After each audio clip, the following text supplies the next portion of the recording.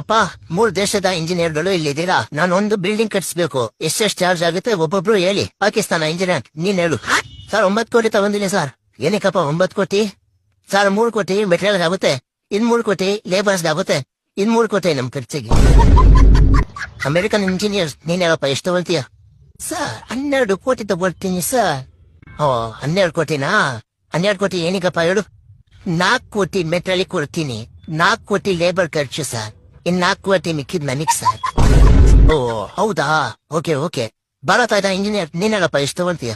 Sir 27 ಕೋಟಿ ತಗೋತೀನಿ sir. 27 ಕೋಟಿನ? ಅವ್ನ್ ನೋಡಿದ್ರು 9 ಕೋಟಿ ಅಂತಾನೆ, ಇವ್ನ್ ನೋಡಿದ್ರೆ 12 ಕೋಟಿ ಅಂತಾನೆ. ನೀನೇನಪ್ಪ 27 ಕೋಟಿ ತಗೊಳ್ತಾ ಇದೀಯಾ? ಯಾಕಪ್ಪ 27 ಕೋಟಿ ಏನ್ ಮಾಡ್ತೀಯಾ ಹೇಳೋದ್ರಲ್ಲಿ? ಸರ್ ಅದ್ರಲ್ಲಿ 9 ಕೋಟಿ ನಿಮಗ್ ಕೊಡ್ತೀನಿ, ಇನ್ನ 9 ಕೋಟಿ ನನ್ ಖರ್ಚಿಗೆ ಸರ್. ಹೌದಾ? ಮತ್ತೆ 9 ಕೋಟಿ